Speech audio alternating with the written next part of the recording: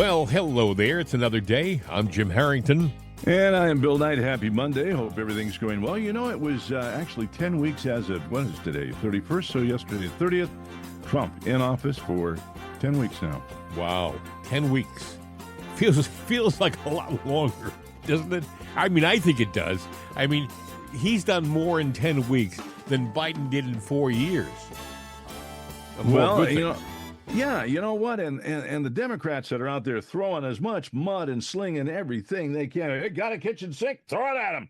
Yeah. You know, he's had 10 weeks.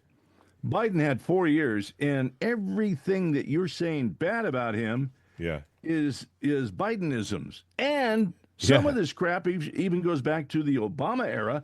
And I'll throw the Republicans under the bus, too. Bush. Got to tell you, I watched 60 Minutes last night. And Clinton. It was actually, I was waiting for another show to start. And you know how they delay the programming when they have a sporting event? So they push the primetime shows many Sundays back. So I don't usually watch 60 Minutes because I think it's become a propaganda piece. And they did a segment last night on the Voice of America. Man, talk about one-sided. People who are just not paying attention may say, "Oh, we closed the Voice of America. Isn't that awful? Oh, my goodness. It was our only opportunity to get our message out to the many millions of people around the world." Well, you know, Trump had a different opinion about the Voice of America, and a lot of people share that opinion, but you really didn't hear it on this segment last night. You heard this guy, I don't know I can't remember his last name. Maybe it was something Herman or whatever. He was one of the big wigs at Voice of America, and he was devastated. He was devastated that all of his many friends, his thousands of friends at VOA, would be without a job. It served such an important purpose. It talked to the many millions of people.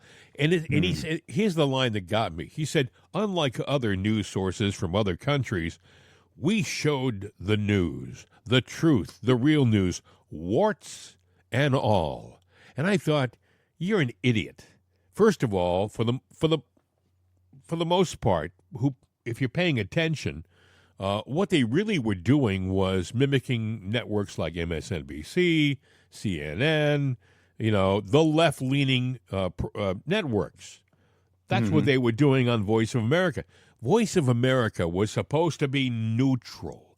It was supposed to be, and if anything, it presented America to the world as the strong, vibrant big brother, not the big brother with warts and all.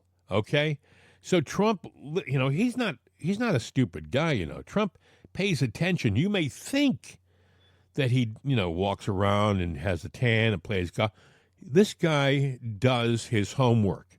When he said he didn't like the Voice of America, it's because he was aware of what they were doing on Voice of America. They were presenting one side. What side was that? The leftist side of America. The leftist story of America.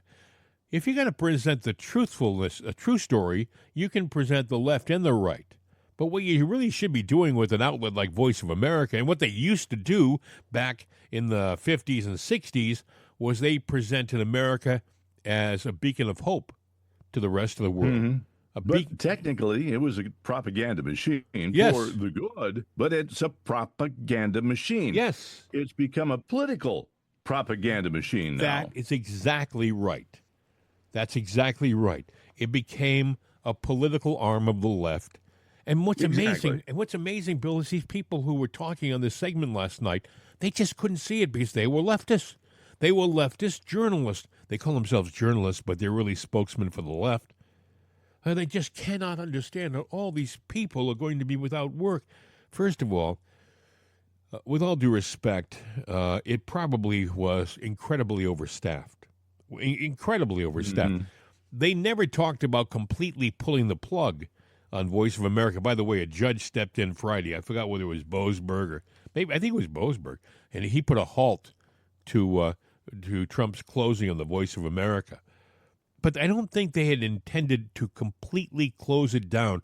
I think what they were talking about doing was essentially rebuilding it, going down to the foundation and then restarting it. Yeah, a total restoration. And I hate the left news because they sit there and go, oh, Trump's failing, the border's still a mess, inflation's up. They clock him on everything they can. 10 weeks. It's all he's been in office. They act like he's been in office for 2 years, but you know what? They're ignoring the fact that what he's handling is years of neglect, 4 years of this Biden mess that was just handed to you. Here you go. These guys, Bill, these guys never complained about the border. I'm talking about mainstream media. Mainstream media never went down to the border and complained about it. They might have done a story about how someone came across the border with their family and they made him look like an innocent victim, but they never talked about the flood of people that were coming across and overwhelming our society. The mainstream media ignored it. They listened to guys like Alejandro Mayorkas. Remember Alejandro Mayorkas? He was the guy who said stuff like this. Is our border secure? Our border is secure. Border is secure because we are maximizing our resources to deliver the most effective results to our border with the most extraordinary workforce in the world.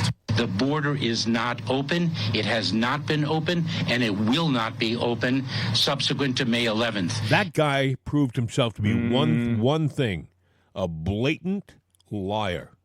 He lied to the camera, and the media, these same people, by the way, who are bitching and moaning about the voice of America, the same people who are complaining about all the things that Trump is doing, they never said a word about Alejandro Mayorkas.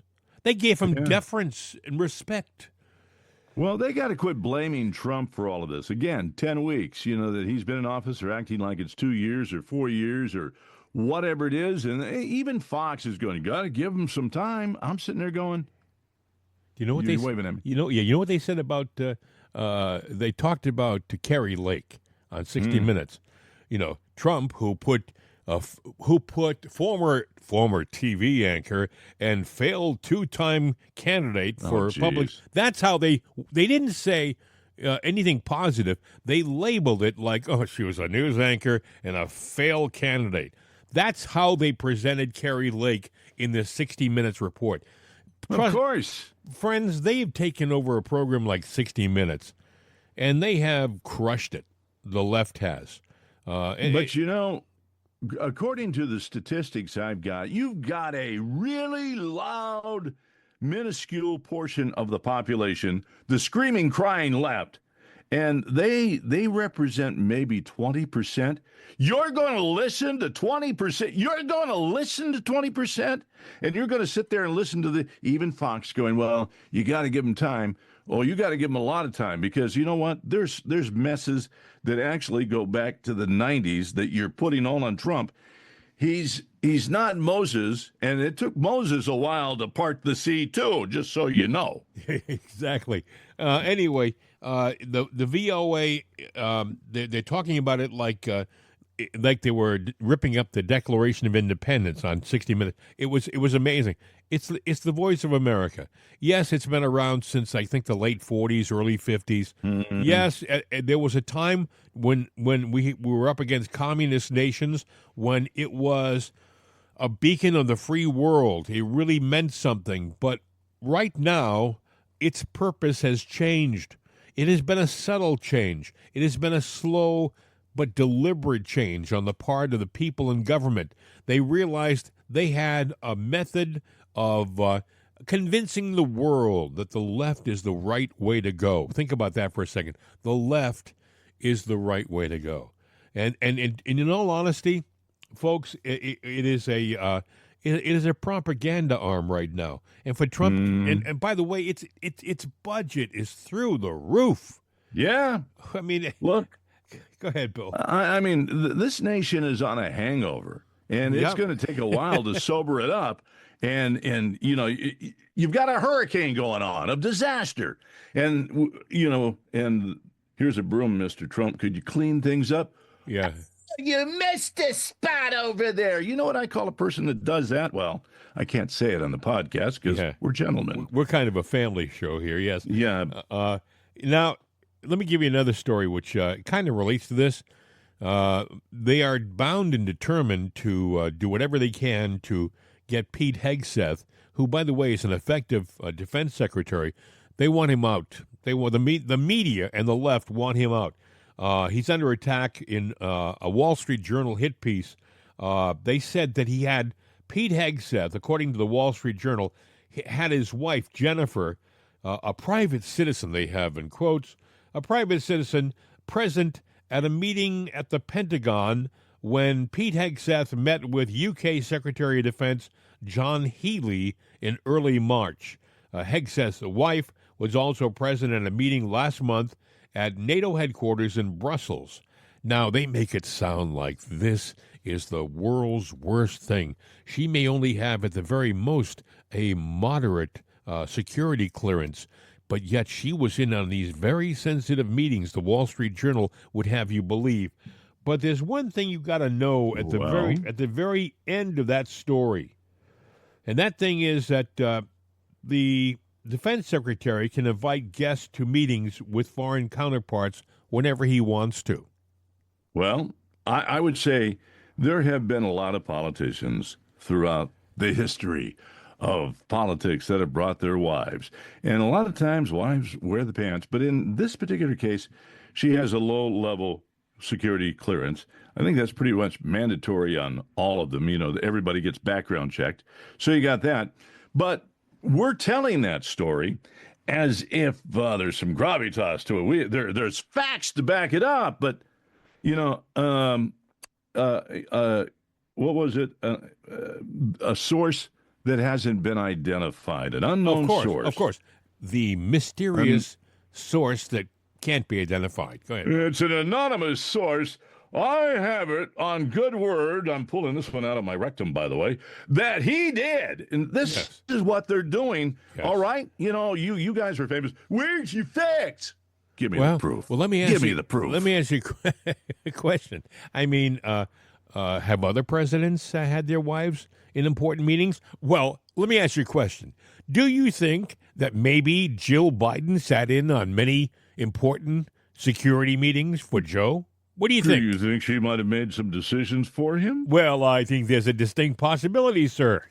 Have there been other presidents that might have been laid up in bed that had a wife? Woodrow Wilson. Oh, no. The poor man he had a stroke. And get somebody on the phone right now. We got to wipe that from the history books. Woodrow Wilson's wife, they said, was actually acting president, more so than the vice president. You know, she would prop him up. This is the truth. As he was recovering, but he was still bedridden, she would prop him up in the bed, put pillows, make it so he looked comfortable, make it look like he was sitting naturally, and she would invite people in to meet with him, and he could kind of look at them and maybe shake his head, but I don't think he could talk. But she would interpret what he was doing, and essentially she would be the one making the decisions. And then when he got too tired, she'd take the pillows away, put him back to bed, and say nighty-night. That was night-night. That was Woodrow Wilson's wife. But I really think if there was a fly on the wall and it could talk, it would tell you that probably Jill Biden was making a lot of decisions over the last 4 years. Well, yeah, and you know the decision on her wardrobe was something else too. That's another story. We don't get into fashion here. If we did, I'd be in trouble. Yeah, me too. That's why I have no mirrors in my house. Yes. I'm always thin because I have no mirrors in my house. Oh, you too, huh? Absolutely. That cheesecake, give me 2 of them. Interesting. I have a couple of clips here. One's a little long. All right. We played one cut last week, but I want to play it again because it's important. Laura Ingraham was talking with Mike Waltz about Signalgate. Listen. How did a Trump-hating editor of The Atlantic end up on your Signal chat? You know, Laura, I'm not a conspiracy theorist, but of all the people out there, somehow this guy who has lied about the president, who has lied to Gold Star families, lied to their attorneys, and gone to Russia hoax, gone to just all kinds of links to lie and smear the president of the United States. And he's the one that somehow gets on somebody's contact and then gets sucked into this group. Is someone in your intel? Is someone in your intel team trying to cause trouble here? Because that's the scuttlebutt out there. Look, we have people. No, look, this is a great group. The president has a great team. This is not first term. No, your team. I'm not talking about the other principals. No. These were principals and a couple of staff that were coordinating, as you saw, having a policy discussion as we went forward, and then just in the days before what was an incredible strike. Not only did we take out people that the Biden team never could, that we took out headquarters, missile caches, and actually one of the leaders of the Houthi organization. We've since taken out several since. And, that's what they don't want to talk about. They don't want to talk about the success here. They don't want to talk about the hostages getting released. They don't want to talk about the Black Sea ceasefire that we just put in place today as the president ends the largest land war in Europe, or the border, or the fact that Panama just kicked China out of the canal, and success after success after success. So they want to focus on this. It's embarrassing, yes.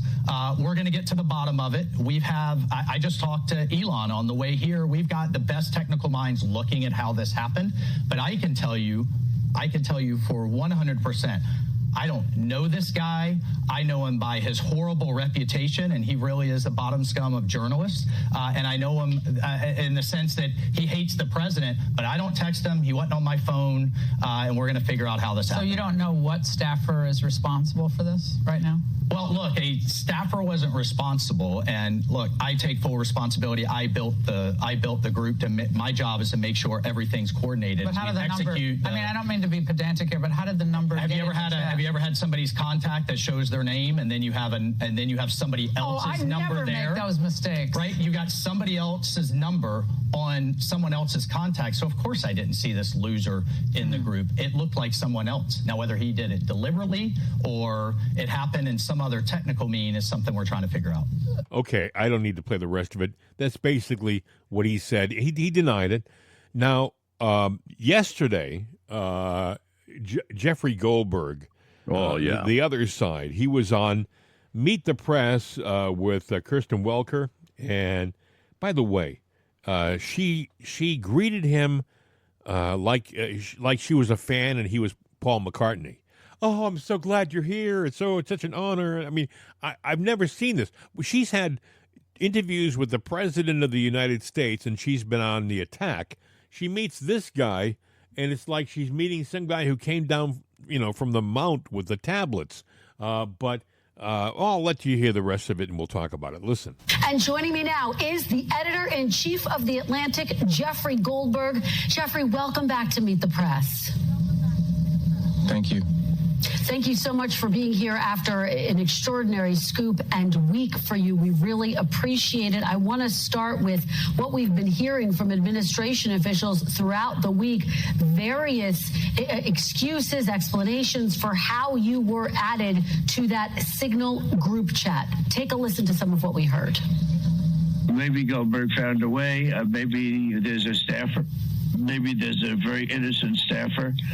But I think we'll get to the bottom of it very quickly, and it's really not a big deal. Well, look, a staffer wasn't responsible, and look, I take full responsibility. I built the group. My job is to make sure everything's coordinated. I'm sure everybody out there has had a contact where it was said one person and then a different phone number. But you've never talked to him before, so how's the number on your phone? I mean, I'm not an expert in any of this, but it's just curious. How's the number on your phone? Well, if you have somebody else's contact and then somehow it gets sucked in. It gets sucked in.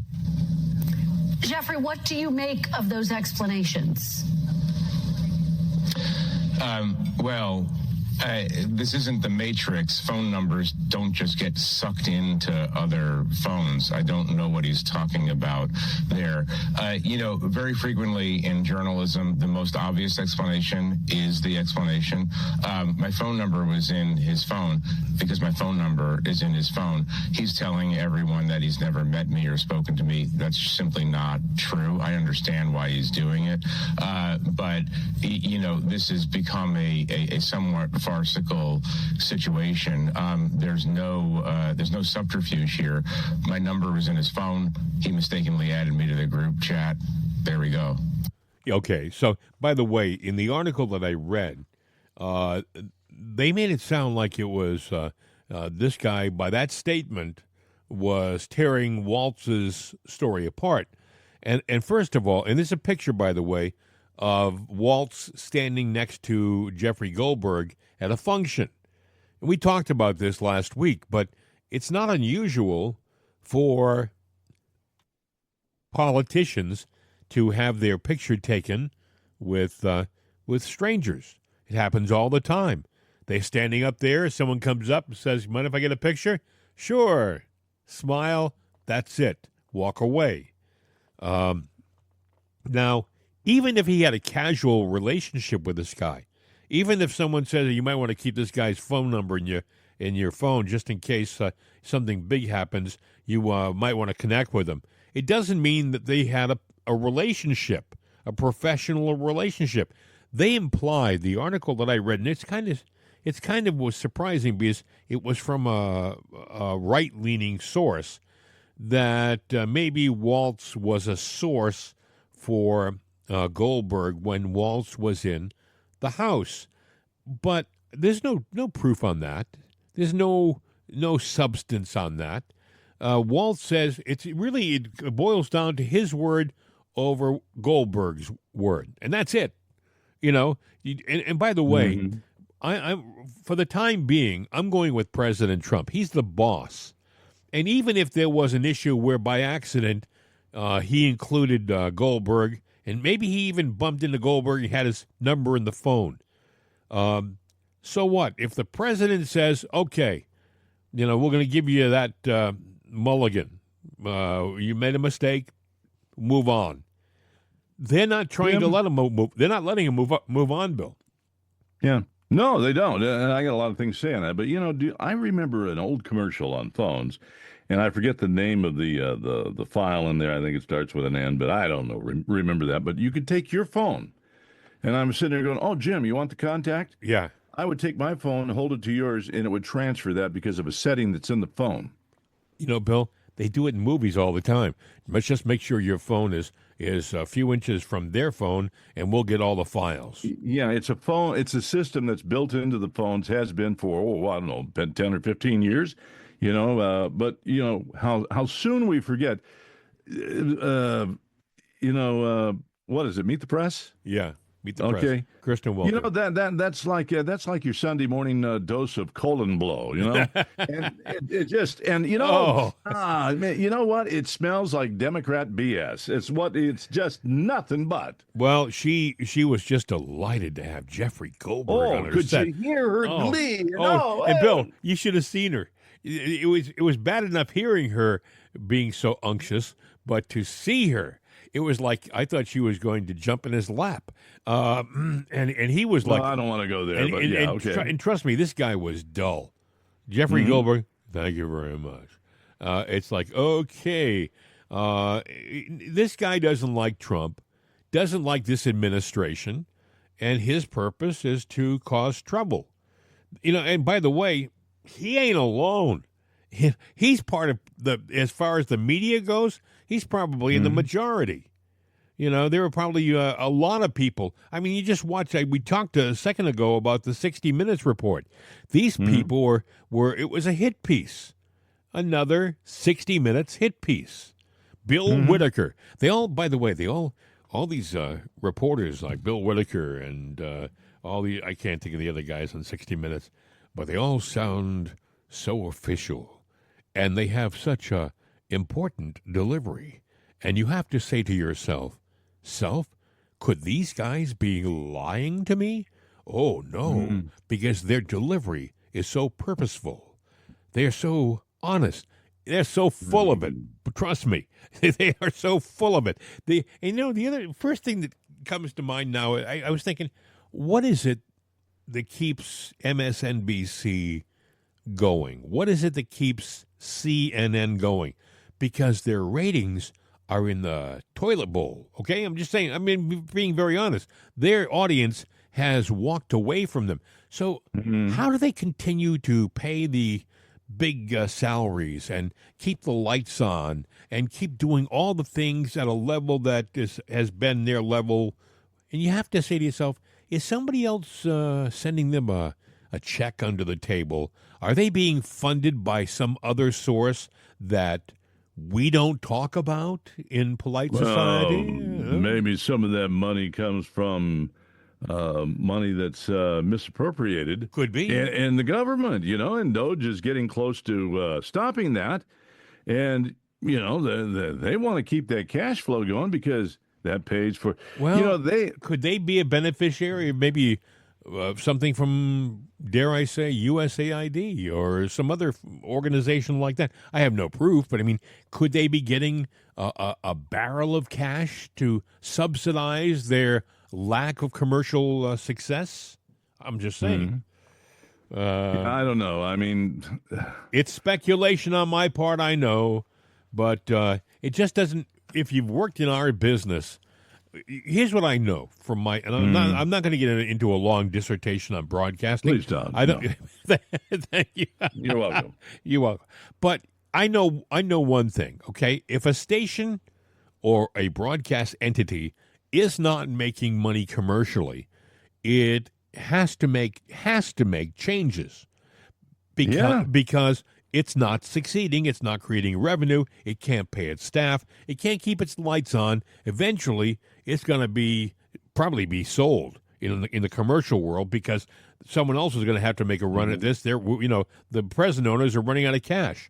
So all I'm saying is that this doesn't make sense that MSNBC and CNN and these other operations, even CBS, it's gone through so many ownership changes over the last few years. You got to wonder, what the heck is going on? I think it's owned by Paramount Pictures now. Now, I remember not too long ago that a company like Paramount Pictures was in dire straits.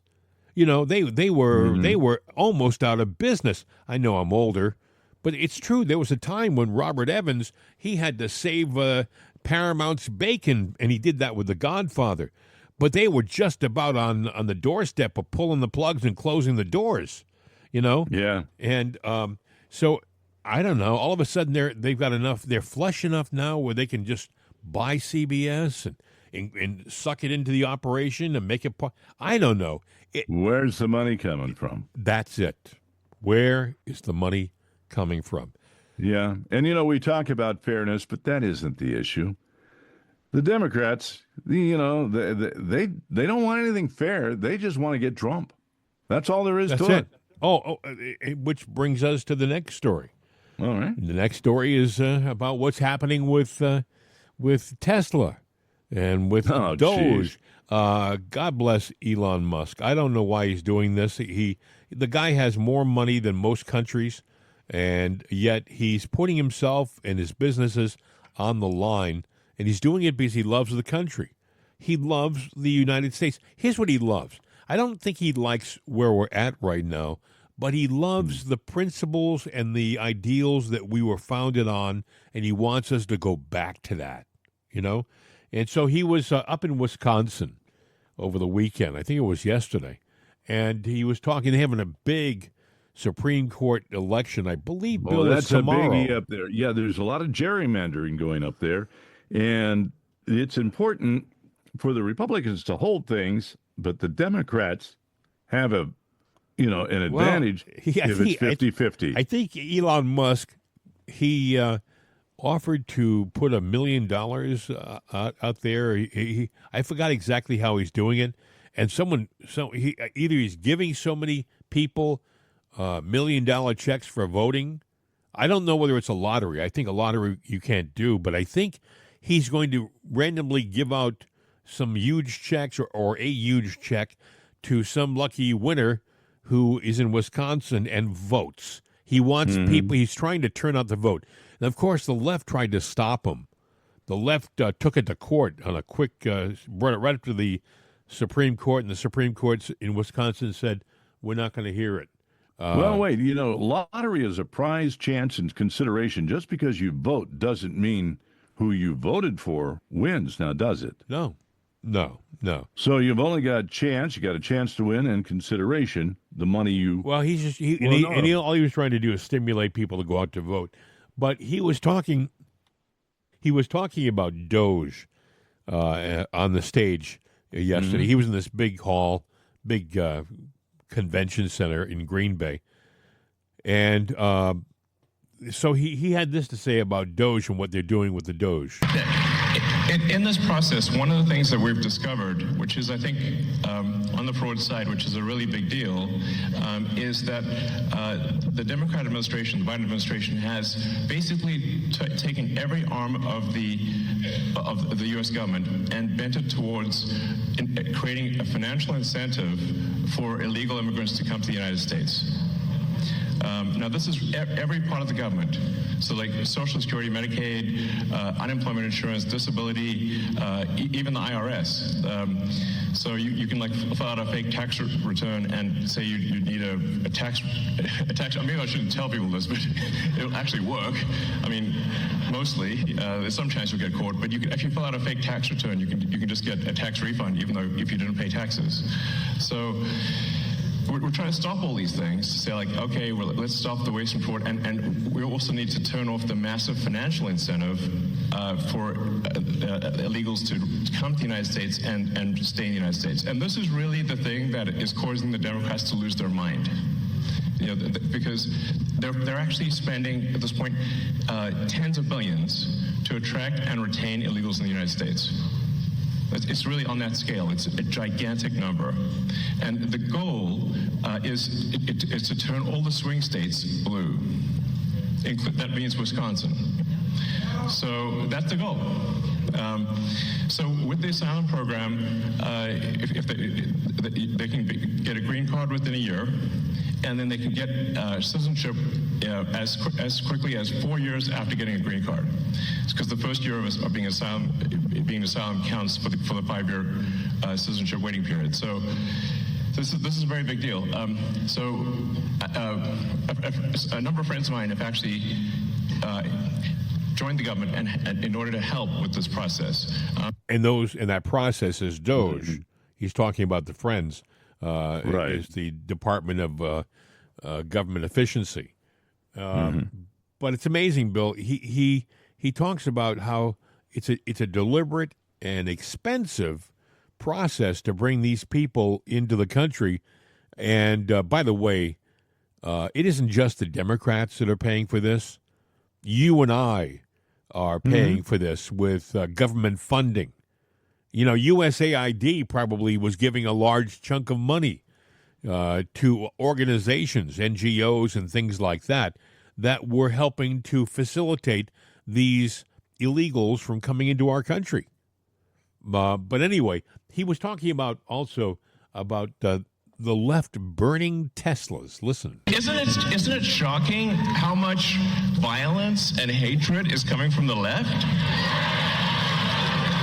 I mean, isn't it supposed to be the party that they claim to be the party of empathy, and yet they're burning Teslas and shooting up dealerships and calling for the death of the president and me? I'm like, guys, this is insane. Like, they're totally gone psycho. I mean, it's really like, I totally understand if somebody doesn't want to buy a product. Yeah, it's up to you. It's a free country, but you don't have to burn it down. Okay? It's a bit much. That's somebody else's car. Leave it alone. Thanks, guys.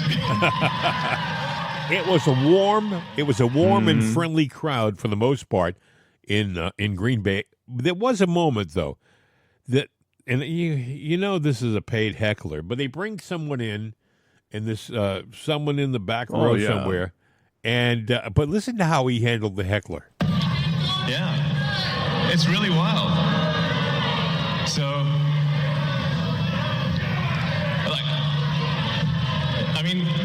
was inevitable that at least a few Soros operatives would be in the audience.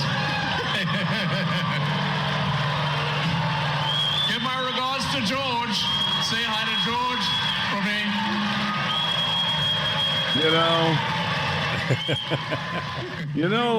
There's an old song. Trump likes to use songs. Anytime you have a heckler out there, yeah, they ought to pull up the old Seeker song. Hey there, Georgia girl, just to get on their goat. What was interesting is it didn't faze Elon. It was sad because it was a big crowd of people who were happy to be there and listening to Elon talk, and it was a really good talk. And one guy gets up and starts to say a distant voice, and the crowd starts to drown him out. And he said it was inevitable, that Soros would have somebody here, a paid dissident, which is, it's sad. But that's where they had a protest over the weekend. I don't know whether you heard about this at the Tesla dealerships and places like that. They want to burn them. They want to ban them in New York. They want, but you know what happened? What? It became 12 noon, and everybody went home. Yeah, it was a big crowd, and they were demonstrating. They were standing up for the anti-Musk crowd was there, and as soon as noon came by, it was like, no, they're off the clock. We're off the payroll now. I'm going home. Yeah, see ya. Okay, I hope you got our message, right? Yeah. If not, you know what is in the check, right?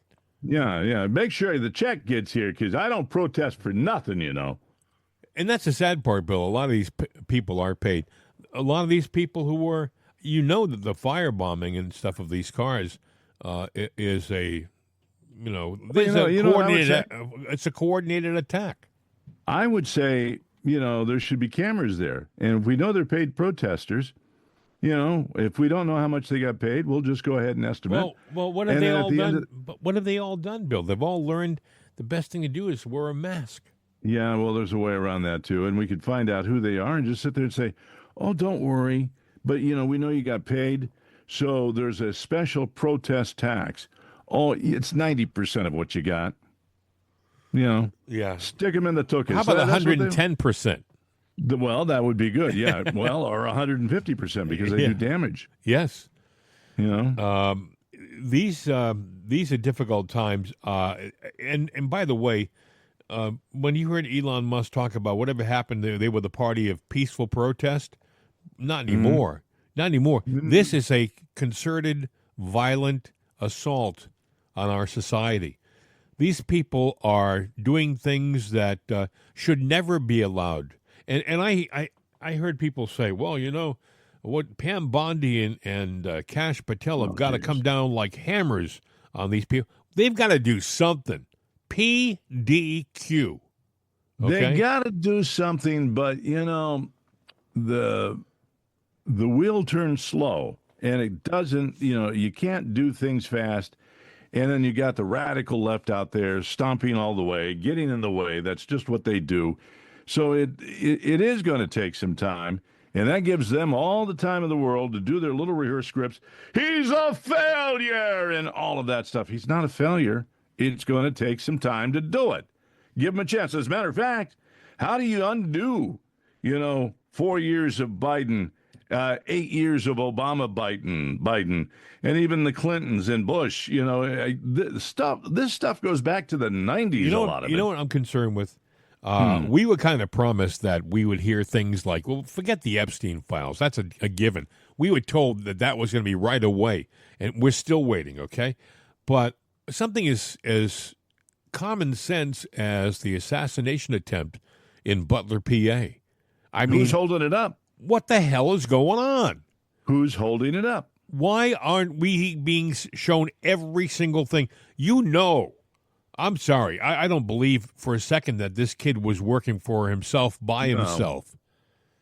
So, well, it gets down to the point of who's doing the hiding and what are they hiding? What do they not want us to see? Well, how did this guy, the second shooter who was found in the bushes at the golf course in Florida, How did he sit there for like 6 hours in the bushes getting himself comfortable so he could have a second pop at the apple? You know, he could shoot President Trump. It was only by sheer luck that a Secret Service agent saw him and was able. I think he said he saw the glint on the guy's barrel. You know, yeah, but you can't blame this on Trump. You know, and the security lack or the lack of security that trips back into the Biden era. And I also think, the Biden era tripped forward. Like, all right, Trump came in and tripped things up. We were going for a one-party rule. He's upset the apple cart. Get him, and that's what they're trying to do. You got to wonder, Bill. We hear them say the deep state is deep state. I mean, it's not just another layer.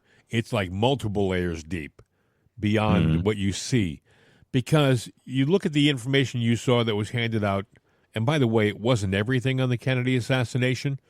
We got a bunch of it, but we didn't get all of it on the Kennedy assassination.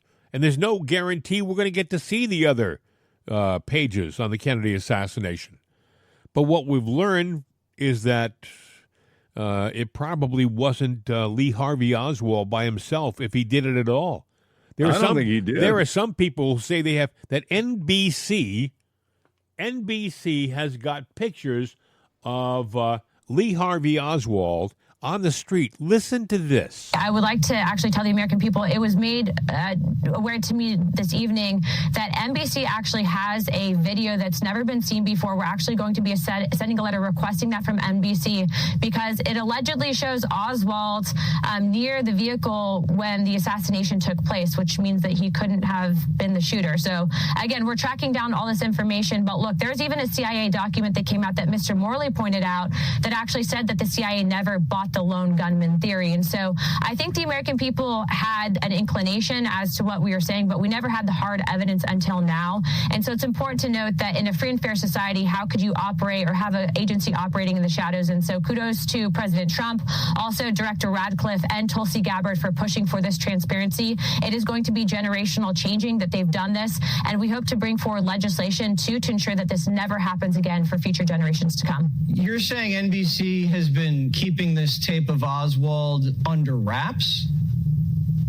Correct. In fact, Director Stone actually told us that he was showed this tape, that it was a secondary copy, and that he said that this could blow open the entire JFK investigation. What I will also tell you, though, Jesse, is he said that NBC's been very, very much so guarding this tape. And so I believe that that tape belongs to the American people. We are going to be sending a letter asking for that tape. And I would encourage everyone to ask NBC to release that tape to the public. It's important, not just for our investigations, but so the American people know the truth as to what happened with John F. Kennedy. Representative Anna Paulina Luna of Florida. Now, go ahead, Bill. Well, I was going to say a question. I mean, first you go, well, why should we care after 60 years? Well, we should care. But if all this is true, and I believe it is, what the hell else are they hiding? Well, that's just it. That's exactly right. And by the way, you have to also ask yourself, how could they keep it hidden for 60 years? Usually, in a city like Washington, where it's as leaky as an old boat, usually the word gets out, but they kept this under wraps. Anonymous sources. Yeah, they kept it. They sat on it for 60 years. Yeah. And you're telling me they're not sitting on something else that's much bigger? Now, the other thing, I'm going to mention this again because a lot of people didn't hear it on the weekend show. Sure. I saw a video. It's on YouTube, by the way. You can see it for yourself. You might put in limo driver shoots JFK as the search. Limo driver shoots JFK. You're going, what? Yeah. Bill, you saw the video. I saw the video. The guy, the driver, after the first shot, after Kennedy got shot in the throat, somebody shot Kennedy in the throat. That was the first shot.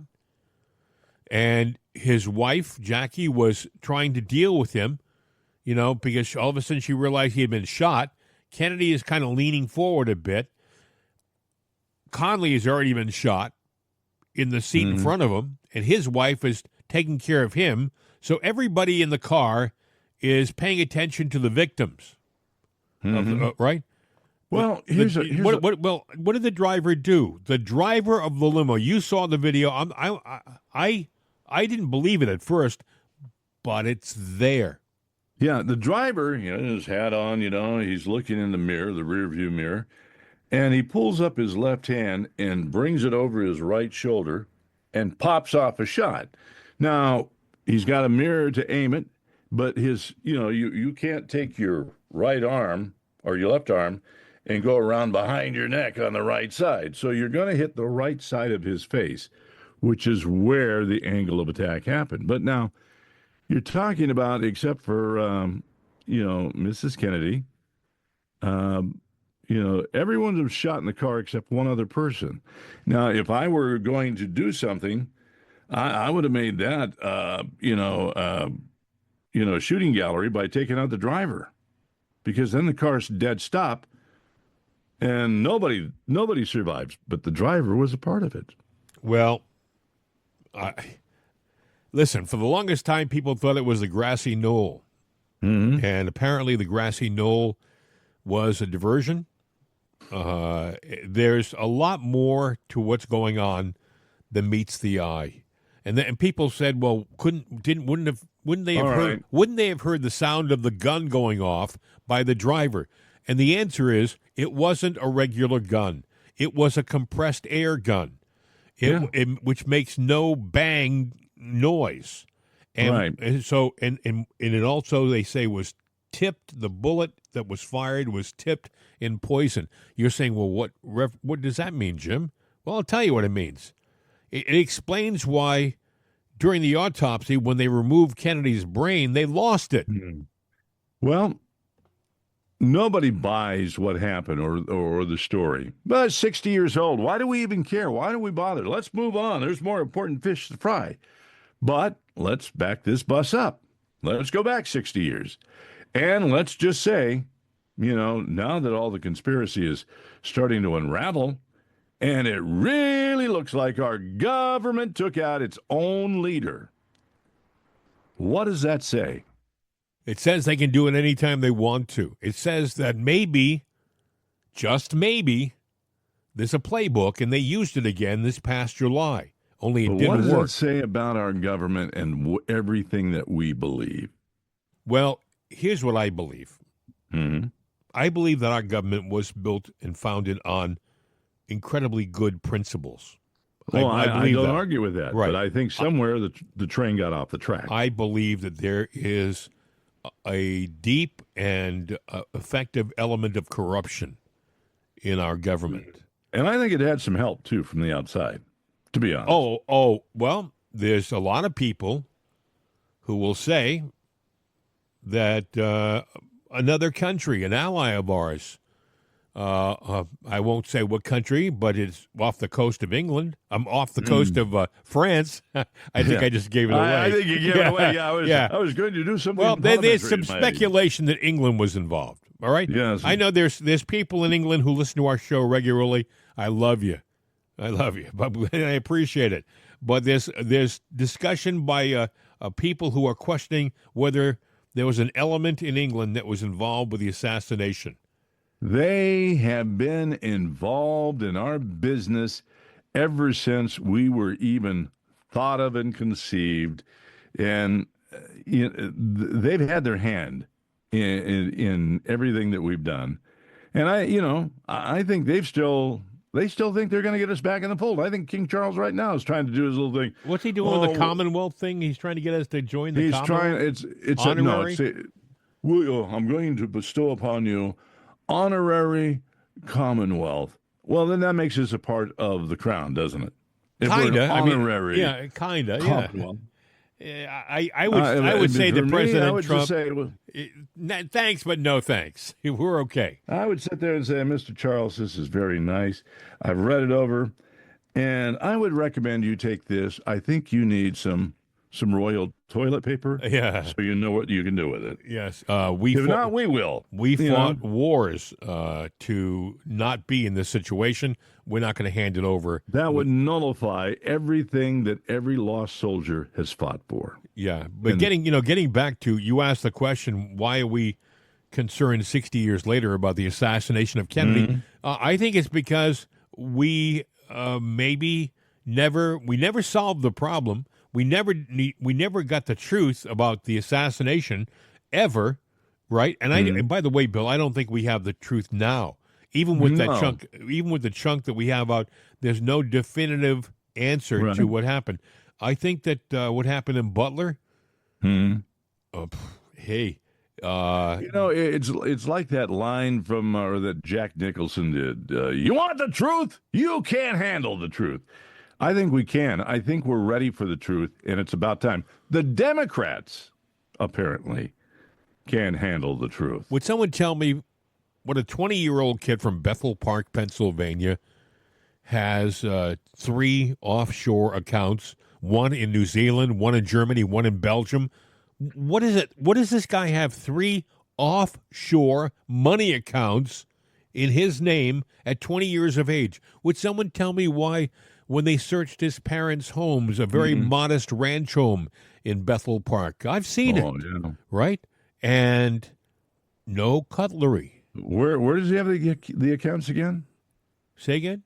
Where does he have the accounts again? Belgium, Germany, where? In Belgium, Germany, and New Zealand. New Zealand. What's the common denominator there? I mean, I don't. Besides banks, I think that the mere fact that they're all a good distance from here. They are. They were all a good distance from here. Why? Why was this kid? They don't talk about little things like logistics. You're saying, what do you mean logistics? Supposedly on the Friday before the shooting, he got shot on Saturday. On the Friday before the shooting, he hopped in his van and drove the van from Bethel Park, PA to Butler. You're saying, well, I don't know, is that close? No. It's about, an hour and a half, hour and 30 minutes, 35 minutes? From Bethel, give it a good 2 hours, because of the way the traffic in the streets. Yeah. It's not next door. It's not convenient, okay? So the guy drove up with his van. Supposedly, he left the van there. He jogged back. And by the way, it supposedly we never were explained, but they supposedly found explosives in the van. Live explosives in the van. They never said how they diffused them, where they took them, whether that was a true story. That was actually part of the story that they just forgot to continue to explain. Well, the question that I would have were these homemade explosives, or were they maybe something that might come from, I don't know, a particular military organization? In other words, I don't know. Bill, I don't know where he got all this weaponry, the gun that he had. Now, he left the van overnight, and we're to believe that he went back to Bethel Park, and the next day he got up and got in a car and drove the car back to Butler. Now, wait a second. Now he's got 2 of his cars up in Butler, right? Right. Well, who drove him back from Butler to Bethel Park? Well, my suggestion would be Uber? he probably Ubered it. And I would get the Uber records. There's somebody there, and somebody, if it was Uber, could be found, and you could talk to them. Well, I mean, I don't think I think he had a co-conspirator who picked him up. I think so. Yeah. I don't think it was Uber, because there would be a record. I think somebody met him and drove him back to his house. Because I also think, if you listen to the gunshots, which we played, as a matter of fact, you want to play him again? Sure. We got time. This is a guy who was an audiologist who he specializes in analyzing, recorded gunfire and things like that. Right. It's only a couple of minutes long, but listen carefully to this. This is the 5 that make a very distinct sound. Here's one with a very different crack in it. That's the 6th shot in the string. And then here we have the final last one, which I think is the sniper weapon, which is probably the one that put the bullet just over the left eye of Crooks on the roof. So we're going to take a closer look at the blue, the red, the blacks here and listen to these things. But once again, let's just listen very carefully, and we'll go back and forth until you're certain of this yourself. These video audio pieces are exactly pulled straight from the video itself. Nothing else. I haven't boosted any. I haven't done any filtering. Raw files, okay? Here's 1, 2, and 3 to start. Okay, listen to that again. Now let's listen to the next string. Ooh. Yeah. Hear that? So 6 sounds different to me, but here's an interesting thing. 1, 2, and 3, besides being muffled and further away, it doesn't have echoes. Here we go. So this here's a shot. This is an echo. Very clearly an echo, and a shot in an echo, and a shot in an echo. So this is actually critical evidence, because you hear that, there's echoes coming off. So that also allows us, again, to analyze where was this gun. But first up, we just have an absolutely different sound between the first 3. There's no echo. It's much further away. It's more muffled. It's just not in the same place at all. But these next ones, very different sound, totally different weapons. Okay, full stop. We have 2 separate weapons. Plus, we have no echoes coming off of the first 3, and then we do have echoes coming off of the next set.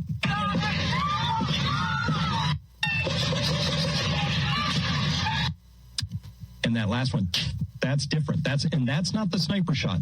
The sniper shot is another 10 seconds later. Hear that? The sniper shot doesn't come till 10 seconds later. Why? But listen, here's the thing that gets me with this. I have to explain this to people because some people just don't. You heard that audio? Think of one microphone, probably the podium microphone that President Trump was using. One microphone, it's on. You hear gunfire. And the first 3 shots are muffled, boom, boom, boom. Then the next 3 or 4 shots, there's a crack to the rifle sound. So it's not the same rifle being fired. They would all sound muffled if it was all coming from one location. One is you're getting. It's probably because the first 3 shots are closer, and the other shots are further away. Bang, bang, bang, bang. Yeah, there's that, and also there's an instant reaction by people. You hear a shot, you move, you whatever, and sound travels and ricochets and what. The first 3, though, they're pretty identical. Well, it wasn't like there was a lot of time for the people to react. No, there wasn't, because there was sudden shock, and then you were kind of looking around, but it was over with by the time they really figured it out. Obviously, with the death of the general, the people in the crowd, that were immediately behind. Oh, awful! It was a tragedy. We've never been told the truth. We've never been told the truth. So why is the Kennedy stuff important? Because I'm afraid that the information in Butler is going to go the way of the Kennedy assassination. It's just gonna get buried. Well, and it might have some similarities between the two if you really dig into it, and it kind of leaves a forensic footprint, to where you can go back and say, wait a minute, if you see a pattern of how things were put together and done. I mean, folks, you take a 20-year-old loner from a town in suburban Pennsylvania, and you teach him how to fire a weapon because he was spending, I think he started shooting, 8 months before the assassination attempt. He'd go over to a firing range in suburban Pittsburgh and fire and fire and fire. And there had to be a plan. He had to have a reason for doing what he was doing. The offshore accounts. Who was mentoring this guy? Who introduced him to this whole idea? We know nothing about what happened in Butler. The offshore accounts, who put the money into them? We have no idea. How much money was in there? And by the way, you never heard from his family. His family just sort of went by the wayside, like nothing to see here, just move along. And I don't even know whether they're still living in that house. Oh, I doubt it. I don't know that they ever lived in the house. I think that was just all, it was all for show at the time. Well, it's all propaganda, you know. Well, he did go to the school. He did go to the high school in town, in Bethel All right. Park. So I just find there's so many questions that are unanswered, just like there were so many questions unanswered 60 years ago.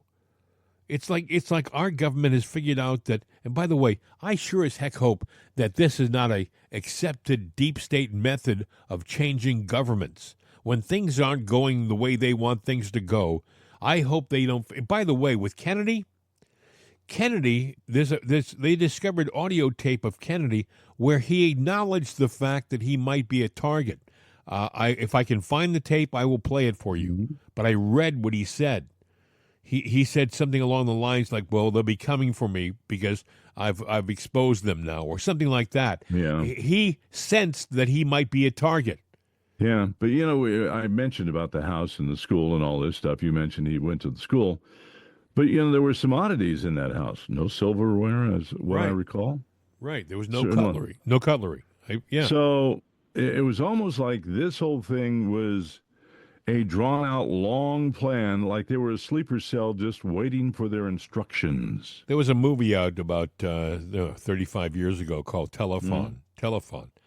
And the movie was about average, ordinary people in the U.S., your neighbors, who were living the normal American life until one day they would get a telephone call. And the telephone call would activate you. It would activate them, exactly. It was a key word or something that these people were, like you said, sleeper cells, and they had a mission, and the mission would start when that word was said, and you got to wonder whether that's the kind of stuff that may actually exist. Is that stuff real? You know, well, I mean, hypnosis, yeah, you can actually program somebody's mind to where, you know, there's an engagement word, there's a word to turn on and word to turn you off. Well, you see where we could talk about this forever, folks. Trust me. Yeah, Bill and I, in our spare time, we sometimes get... We have no life. No, exactly. You see where Iran responded to Trump's letter on the nuclear deal?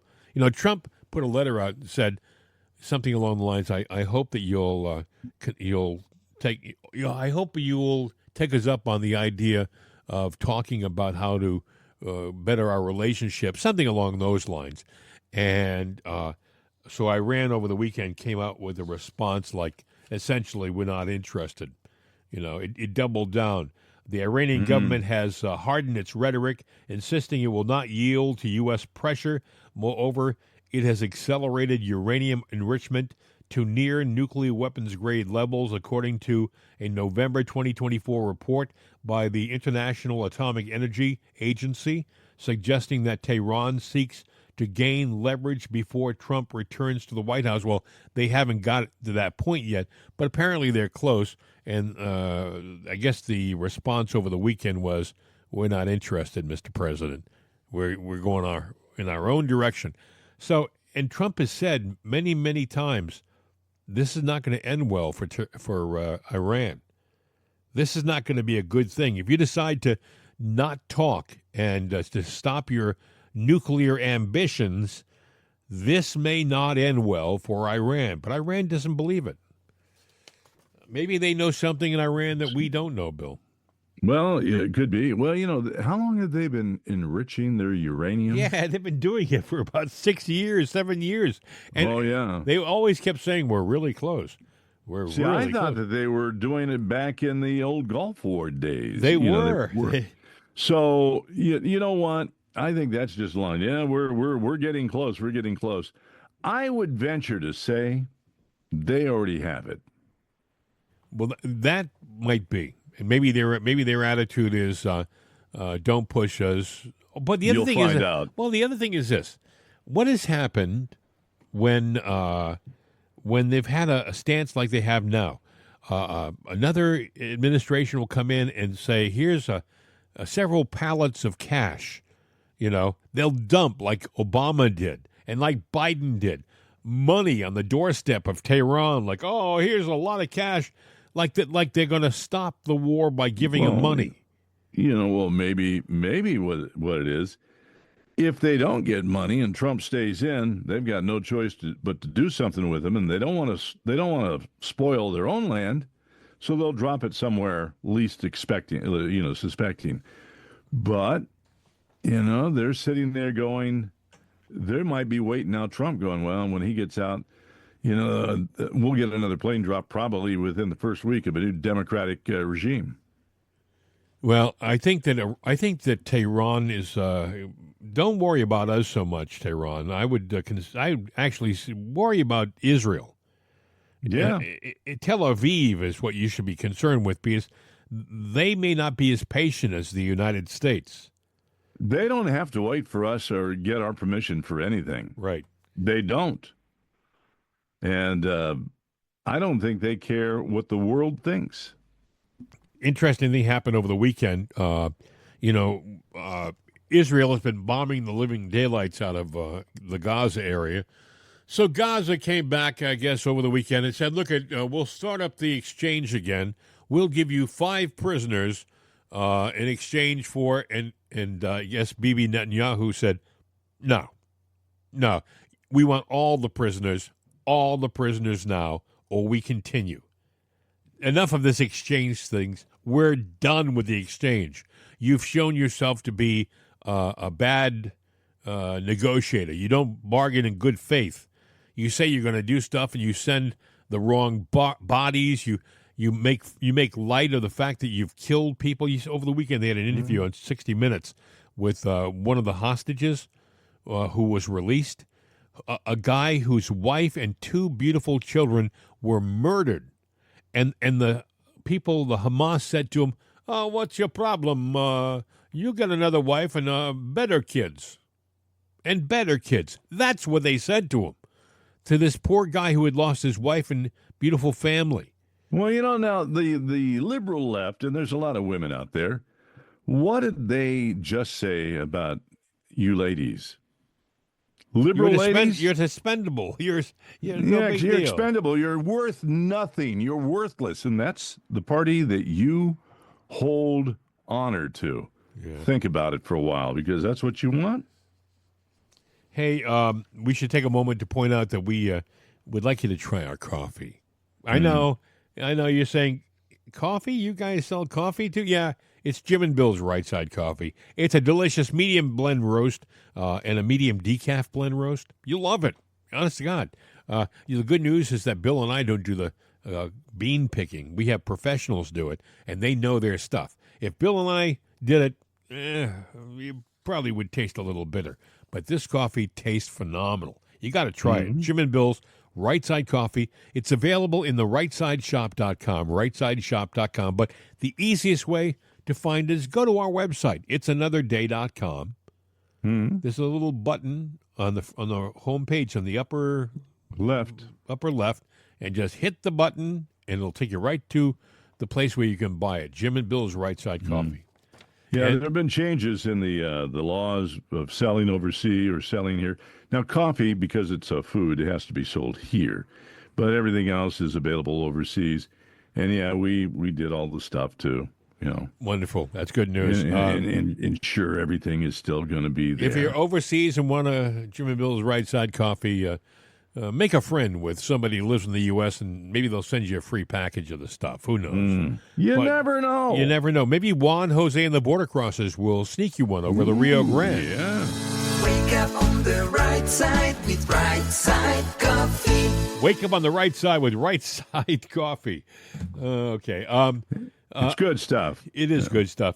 You see that U.S. attorney that was found dead in Virginia? Remember that we talked about it? Yeah.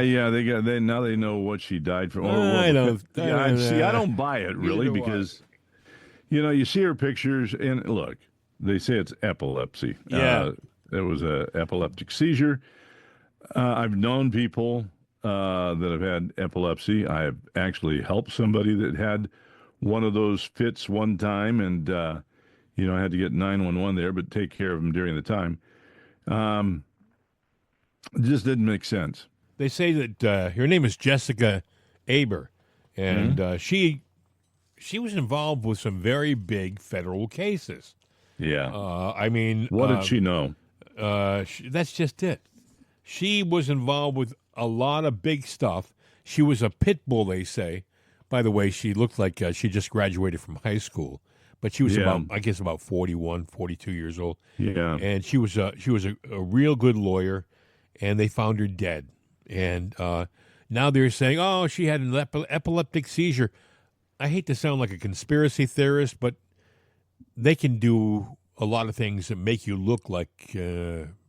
Let's say that she did have epilepsy. Right. Let's just take that, as fact. And she's got it all under control with medications and everything. She couldn't have the job that she had unless it was. But that doesn't mean that somebody didn't introduce something that kicked in the seizures. Well, just if she's on medication, replace the medication.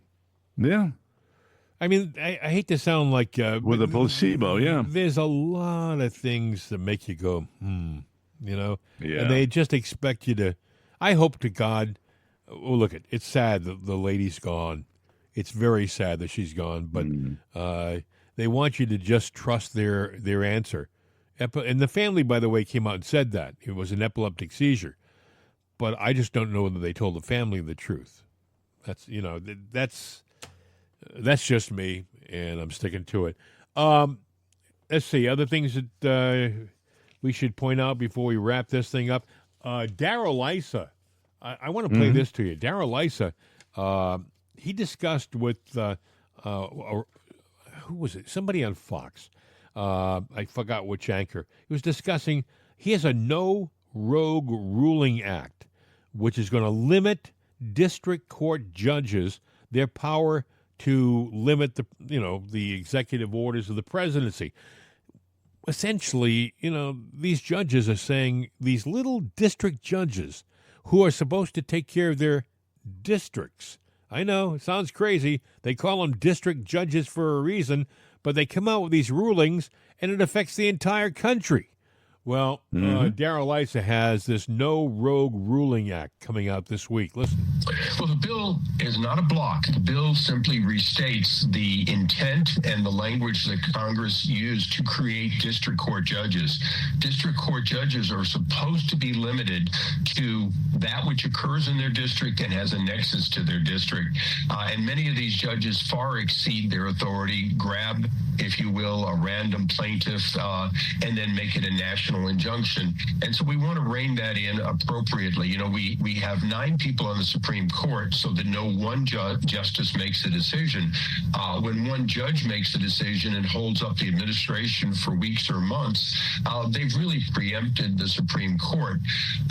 And so that's really where we're coming down. Earlier it was said that we're divided. The GOP isn't divided on taking this step. There are those who have specific allegations about some judges and are talking impeachment, but that's a separate issue. It's a very difficult bar. It's hard to prove.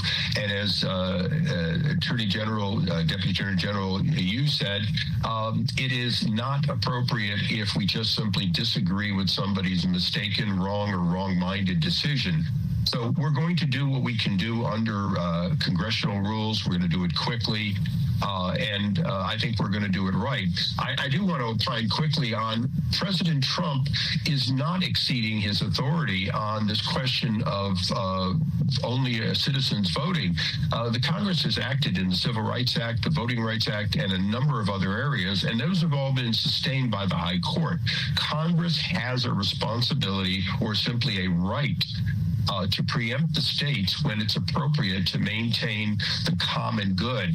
And that doesn't get in the way of the time, place, or manner, which is determined by the states. We're going to find out whether the Congress is on our side or not this week, because this is something that they should pass like right away. Bing, bang, boom. It should go up. They have the authority, so they should. Yeah. The question is, will it happen? Will it get stalled? Well, yeah. Shelved? Well, then you got to wonder, because look, we talk about the radical left, but there are people on the right. They may not act radical, but they're in that same club, and it's almost a one-party club, and that's it. Yeah, well, if they're on our side, they better get off their gluteus maximus and do something. You see where liberal Supreme Court Justice Sonia Sotomayor rebuked President Trump over his criticism of district court judges.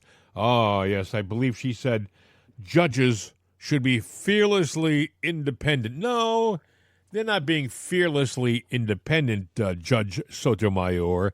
They're being obstructionists, and they're interfering with the course of government. There's a big difference between being somebody who is a activist in a robe and being fearlessly independent. But, she's an activist in a robe, so maybe she just can't see the difference, Probably not. Anyway, my friend, anything else you want to add before we wrap today's little sojourn up? No, I'm just, Trump's 10 weeks in. The Dems are sitting there going, they're trying to judge him, but you know what? It's not enough time for him to get the job done, but it is enough time to see him whining. Did you see where he said, this drives him nuts. He said, when they asked him, are you serious about a third term?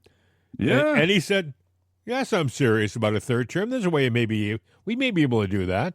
Actually, he can. And the left goes ballistic. It's like, oh, my God, they're apoplectic. It's like, oh, my God, third term of Trump.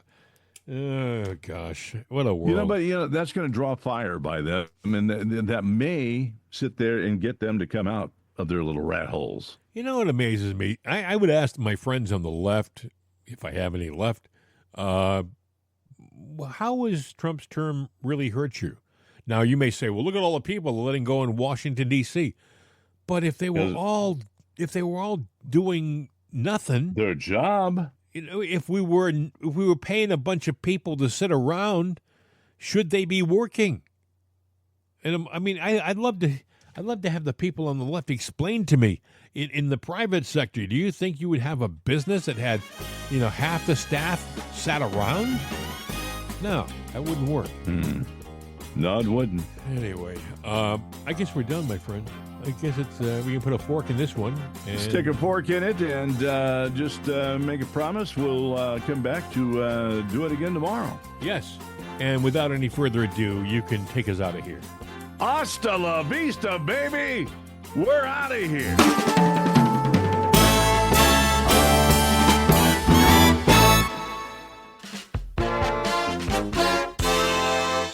This is CRN America.